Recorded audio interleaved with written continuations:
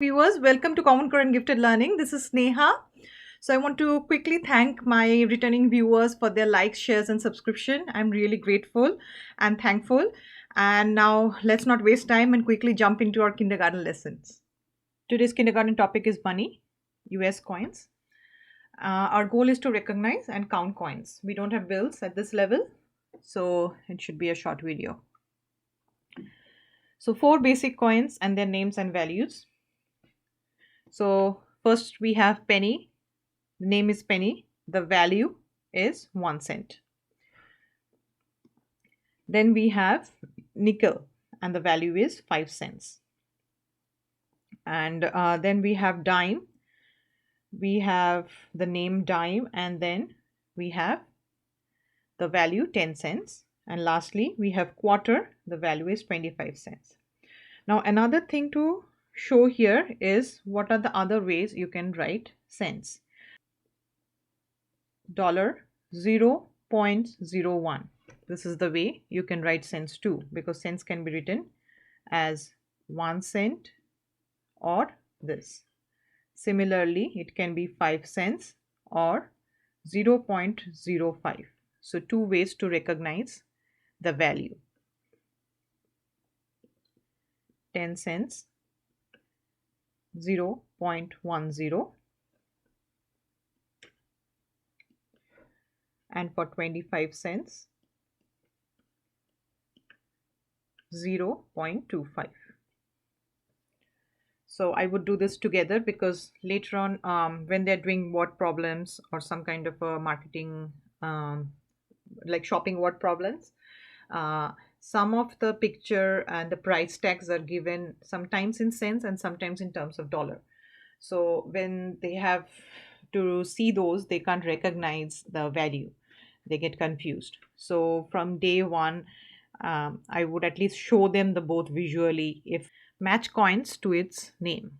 Penny is copper in color. So I'll go with penny here. Then we have nickel. Nickel is the medium-sized coin. The smallest is our dime. And then we have quarter, where it's written quarter dollar.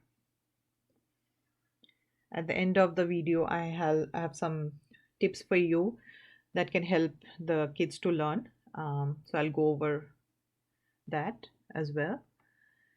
Then the next type of exercises we get is matching the coins to its values.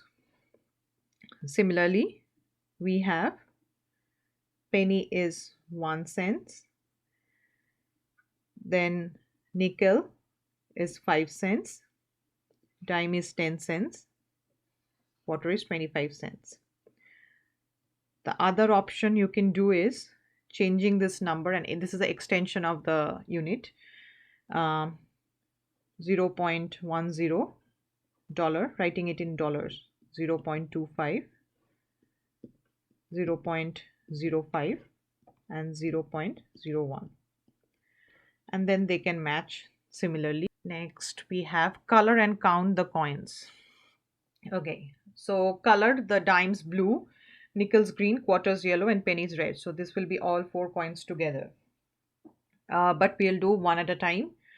So say, for example, we'll do pennies first because they go out of the way pretty fast. So pennies are gone. Let's do dimes then. So dimes are the smallest ones.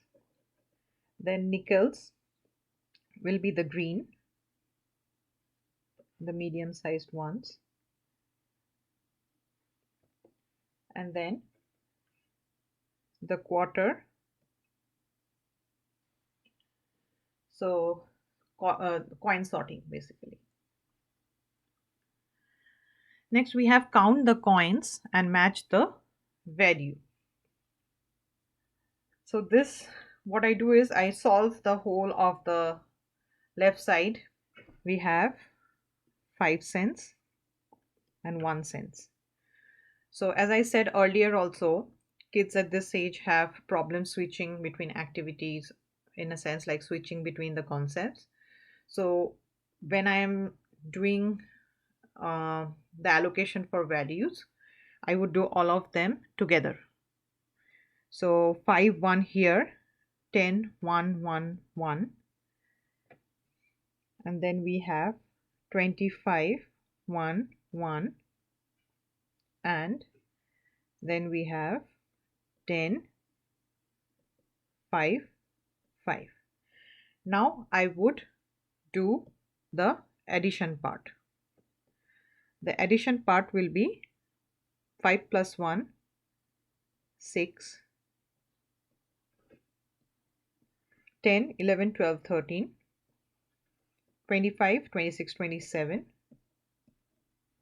and then 10 5 15 plus 5 20. And then the last step will be to just match the numbers.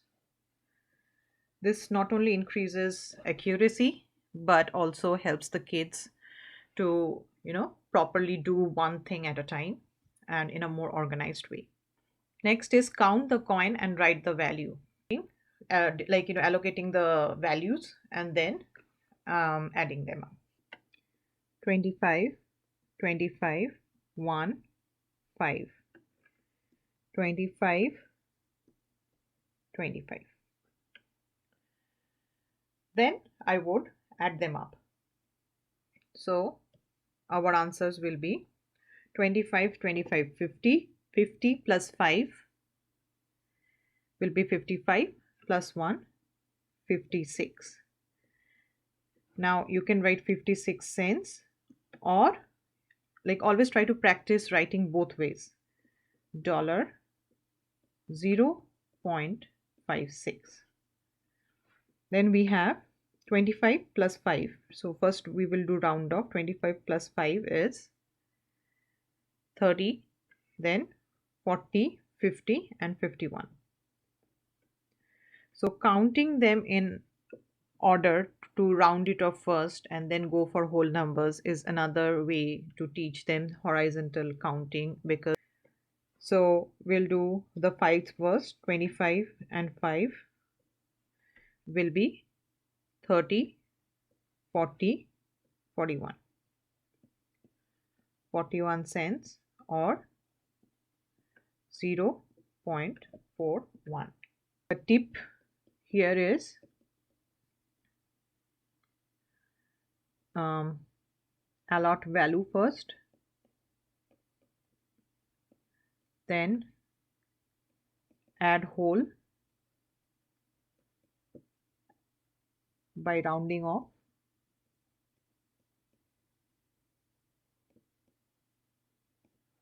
and then number 3, write both in cents and dollar form. Tips to remember. This is what I was talking about earlier in the. This is what I made that worked for my child.